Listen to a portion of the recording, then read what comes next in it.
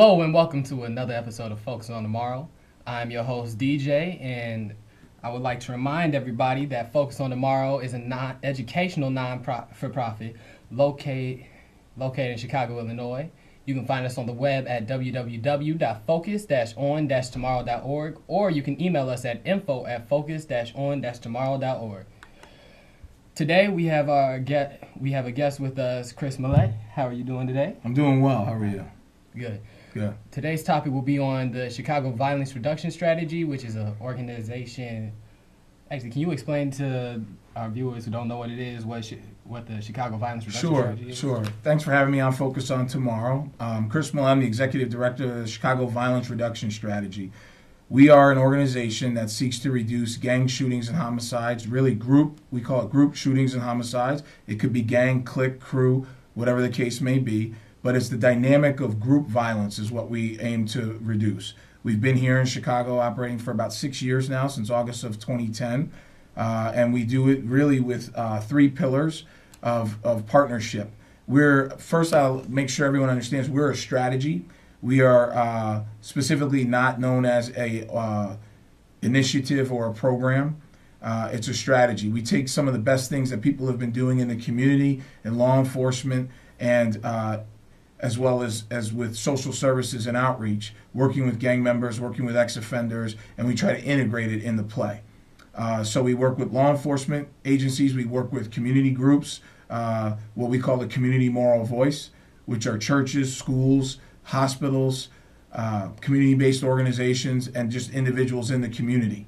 And then we also work with social service outreach community agencies as well that specify and they're subject matter experts in working with gang members and also working with those on probation and parole, because most of the individuals that we work with are on probation or parole, mainly parole. Right. How was the Violence Reduction Strategy created? Well, we started off in 2010.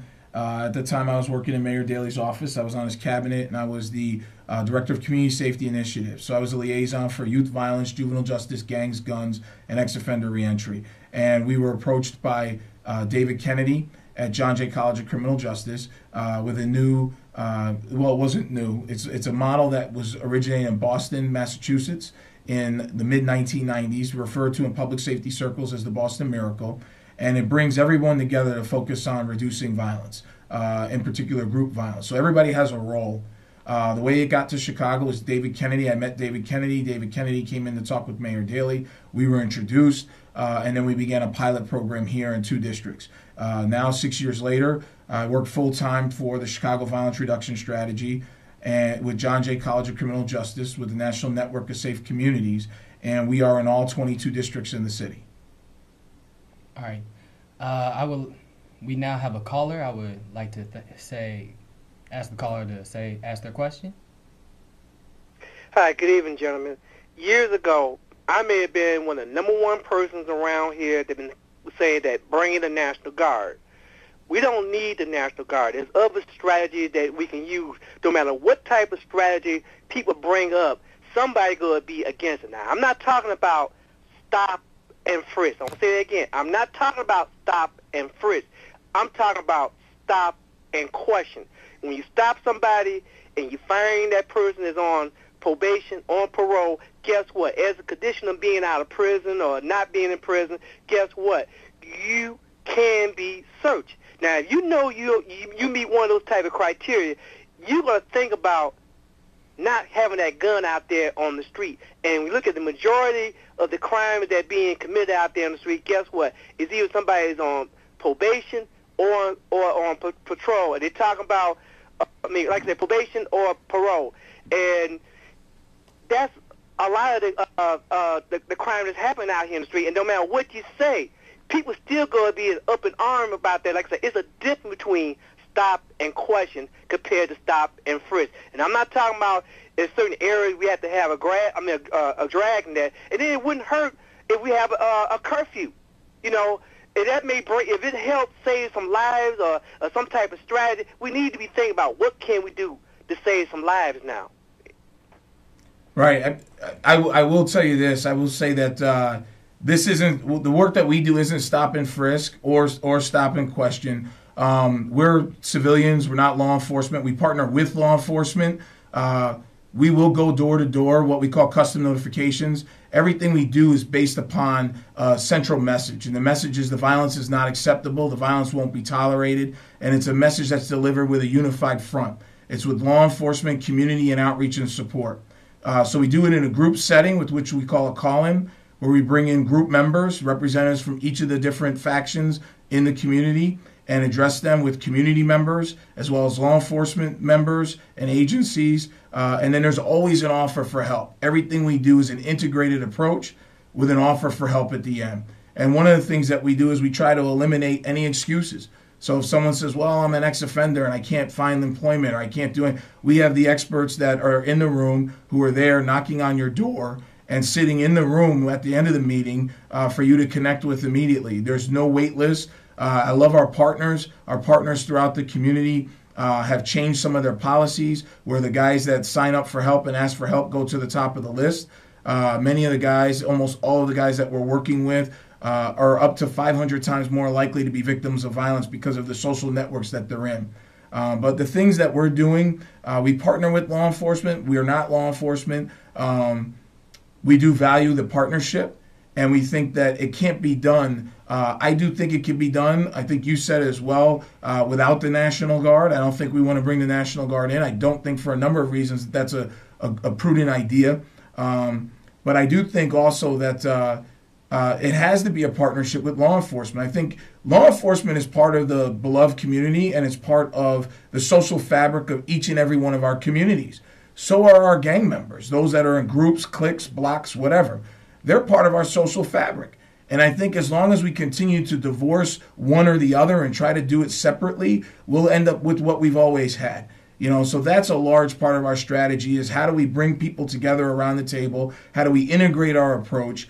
Obviously, we respect boundaries that people need to operate and to work within. But at the end of the day, our number one goal is that people live. Number one, that you live. Number two, we want you out of prison, but in order to live, you may need to take a time out. That's not the goal, though. The goal is that how do we reduce serious levels of violence in our city without continuing to incarcerate and lock up large numbers of black and brown men? How do you do that? Who's even trying to do that? We found partners with the National Network of Safe Communities. But that's why, again, I appreciate your call, sir. That's why it's a strategy. It's not a program. It's not an initiative. A lot of the best things that are going on in the law enforcement community, there's some great things and some innovative things that have been going on for years. In the social service community, same thing.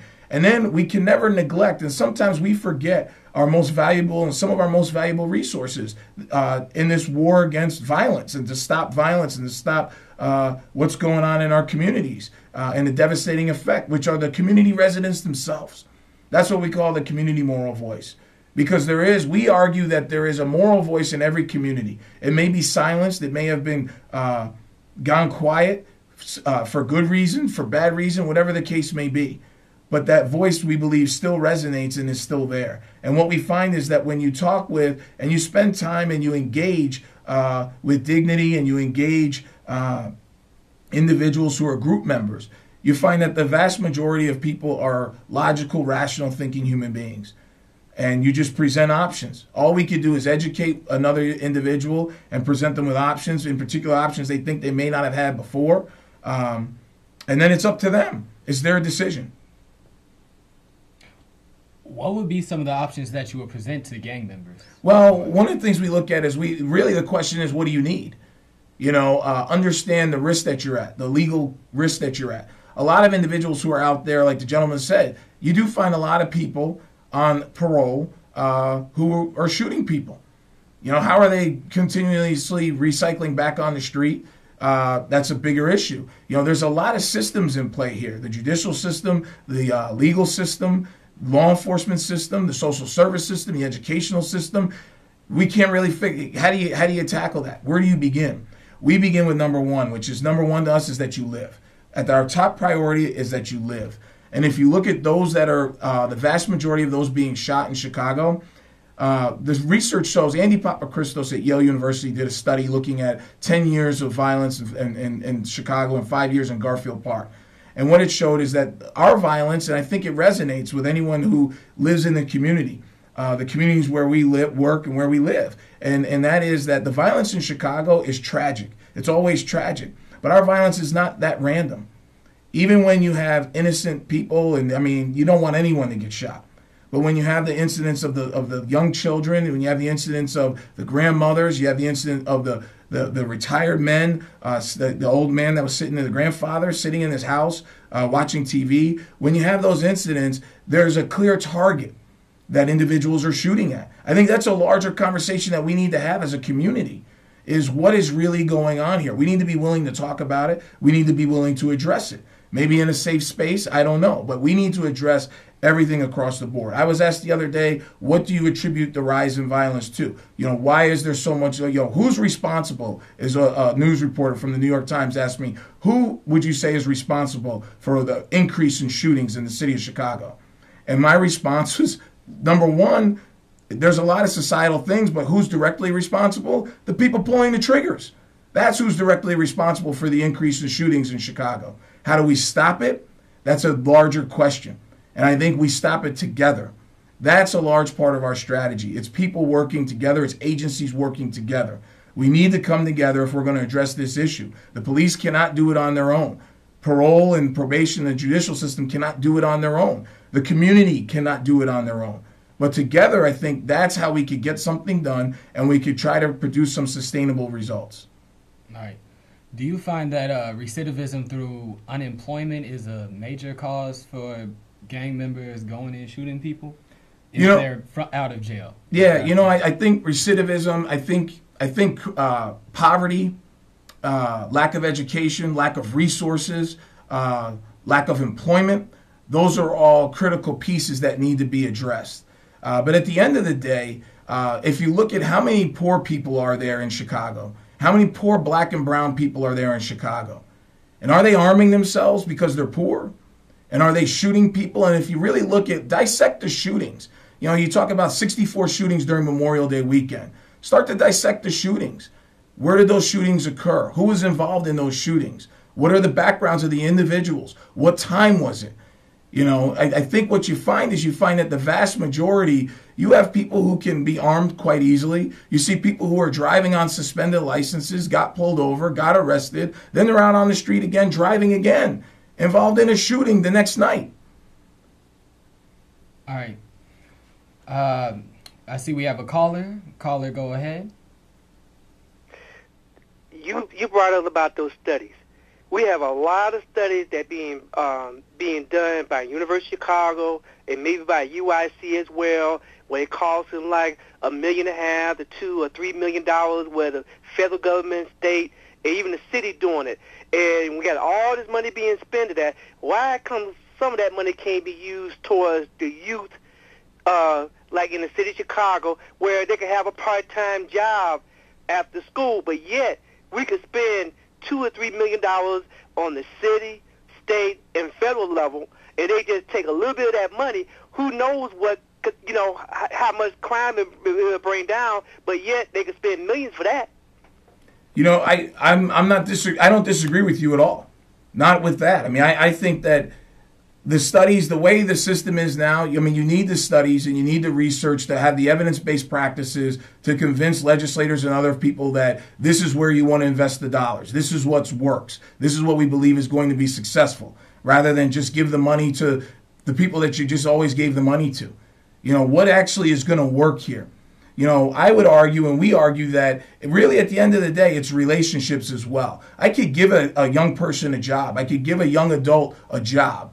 And that's a critical component that we need. But beyond the job, how do they view their place in society? How do they view their place in our city?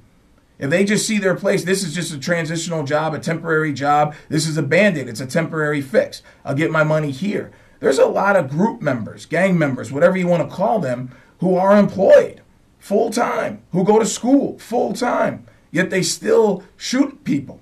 They're still engaged in that life. And I think part of it is, what is the nature of the individuals?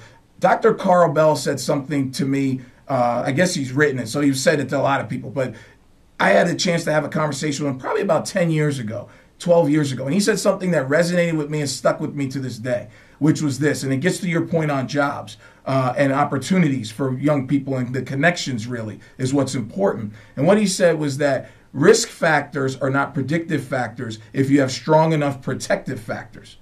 So I think really one of the things we need to really dig into is looking at and what are the protective factors we have in play and in place for our young people and for our young adults. Because the reality is this thing that we're dealing with is not being driven by a juvenile population. The super predators, come on, it's not really what people said it was going to be. It's not what it is. What's happening now? You have a lot of, how is social media involved? How can Google get involved? How can social media get involved? So when people decide that they're going to cyber gangbang and insult people and do things that are going to cause a shooting off of the internet, how can everybody kind of step in and pitch in? And I understand there's a lot of freedoms that we don't want to touch, but I do think we're smart enough as a society and smart enough as a city to figure this thing out. I just think it really comes down to accountability. Everybody is responsible at some level for what we're experiencing right now. And everybody could play a part in remediating what we're dealing with. All right. I see we have a caller. Caller, go ahead. Yeah, I have a question. Do you have any strategies for young people to use when being approached by police officers? We do. I mean, one of the things that we've done is we've actually worked with the Chicago Police Department. The Chicago Police Department now has, and not now, they've had it for a couple of years now, procedural justice and police legitimacy is taught in the academy. And those officers who are on the street, they had come back in and it was taught to them as well. They're also working on, in the academy, they're beginning to teach partnering with street intervention agencies, street outreach workers, in particular, I think on the west side right now. But I think, the strategy in talking in engaging law enforcement, it's really the strategy that I think young people and anybody should engage in utilize in engaging anyone who's in a position of authority. And that is being respectful, even if they're not in a position of authority. Number one, be respectful. Number two, always keep your head. And number three, understand you're dealing with people. You're not dealing with robots. So who knows the day the person has had. And we prayerfully, you believe the best in people. And I think that's my advice. I mean, that's the advice I give to my sons. I have 4 boys. I'm raising 4 African-American boys in the city of Chicago. It's a little bit different environment for them than it is for some other people. So they need to understand very clearly, just the neighborhood, where you are, understand your surroundings, and then understand really when you engage people, engage with respect. Usually it's give respect, and sometimes if someone doesn't earn the respect, I give it anyway because that's the way I was raised. All right. I see we have a caller. Caller, go ahead. Hello. I'm listening to you guys, and thanks for taking my call. I just want to say there is grant money out there. I know Health and Human Services got like almost $700 million that they're going to give to the undocumented. But the grants for us, we have to apply for. They had a W.D. Du Bois grant for $64 million on grant.gov, and that was going to be where you would work with the police community, work with social workers and all that, and work with the community to get, like you say, to help develop them to be conflict resolution. So if you go to grant.gov on a regular basis, you'll see grants available. And I think, of course, you have to make sure your writing skills are up, but they have help sections to where you could just write the grant. So there is money out there. It's just our political leaders haven't really got block grants or grants that focus on the South Side. And that's what I want to tell you. Thank you. And you know what? I think you could have your own show on CAN TV just talking about grants and what's available. Maybe.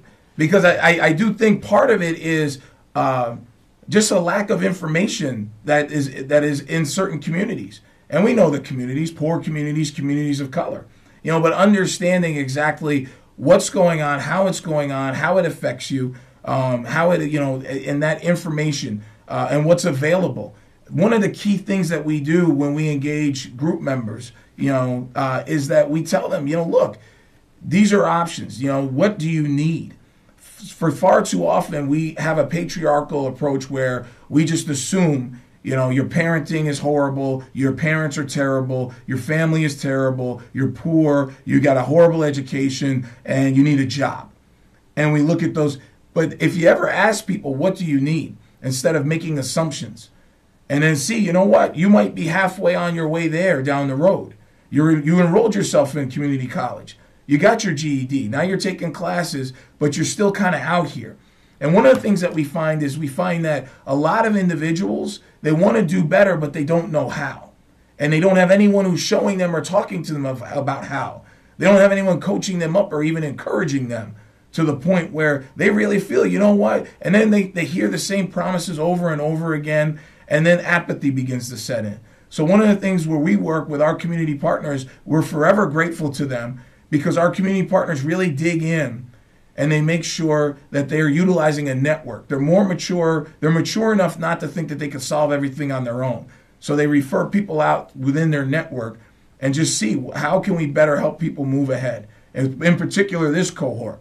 Because in this particular cohort, you have individuals who are 300 to 500 times more likely to be shot or to shoot somebody down the road. So how important is it to really kind of dig in with this group and help to start, you know, at least attempt and work on figuring out some solutions? All right. Earlier you mentioned that you go door to door and have call-in groups, and then that you ask people what they want, you know, give them options for getting through their pain, or helping them get out of this gang-style life. All right. What are the options that you give them, you know? Well, it's not what they want. It's kind of what do you need is a question, really. Because you ask someone, what do you want? They'll say, I want a job, I want this. And then we say, okay, you want a job. Do you have a degree? You know, what are you qualified for? Can you pass a drug test is the number one question. You know, we like to smoke marijuana and do certain things like it's drinking milk out of the refrigerator. And we know where things are heading politically in this country. But right now, the last time I checked in Cook County, marijuana is still illegal for the most part. So you can say what you want or do what you want, but you were not hired because of, you know, the guy didn't like you. You weren't hired because you couldn't pass a drug test, or you lost your job because you failed a drug test, or you don't have a degree, or you don't have a GED or a diploma, or you have an arrest record or a profile, whatever the case may be, a criminal background. So we look at those things and we acknowledge those things and we look at those barriers and how do we overcome those barriers. So it may be you're on parole, you need to meet parole mandates. It may be you need housing, your housing situation needs to change. It may be substance abuse. You know, we work with Safer Foundation. They got a great program that helps individuals step down off of marijuana so that they can can pass a drug test. Maybe you need job training skills. Maybe you need job placement. You know, whatever the case may be, we look at on a case-by-case basis with individuals what it is that they need, and then we look at. And sometimes there's things we call the big small stuff, an ID, you know, a bus pass, those types of things, so they can move around to get to different meetings and different appointments. All right. If somebody wanted to volunteer and help out at the Chicago Violence Reduction Strategy, how would they do that? They could call the Chicago Violence Reduction Strategy directly, and then we could see what we could do as far as where they could fit in. Most of our volunteers right now speak at our call-ins and addressing gang members and group members and participate with our custom notifications where we talk to individuals. And it's usually agencies. It's done through agencies. An individual coming in, we want to be respectful of the background of individuals that we're going to meet with. And not have like a gangbanger zoo type of deal where everybody kind of crowds around and sees the gang members and, ooh, who's this guy? They deserve, you know, a certain level of privacy, especially if they're moving. And it's understanding that people are in transition all the time. If you've been involved in a lifestyle on the street for 7, 8, 9, 3, 4, 2 years, it's not going to be an overnight process where you just get out or where you just stop. And also what level people are involved in. And then what type of support network they have. What are those protective factors like Dr. Bell talked about? All right. Do you have anything to add? Any last comments? No, what I will say is I encourage everyone in the city of Chicago. I was told by Coach Lou Holtz at Notre Dame at one point You're never as bad as they say you are when you're losing, and you're never as bad as or as good as they say you are when you're winning. So I encourage everybody to keep their heads down. Let's just keep working together, because only together are we going to resolve the situations in front of us. I don't think any superhero is going to come in and save the day for us. We have to work together, and we have to realize the value added by each and every member of our community, whatever agency or whatever background they come from, in helping to resolve the violence issues that are plaguing our communities. And thank you for the time. Okay. Thank you for coming on. I would like to remind everybody that this is Focus on Tomorrow, and we're an educational nonprofit. You can find us on the web at www.focus-on-tomorrow.org, or you can email us at info@focus-on-tomorrow.org. I would like to thank you again, Mr. Millett, for coming on, and I would like to say I'm DJ, and it was a pleasure hosting today.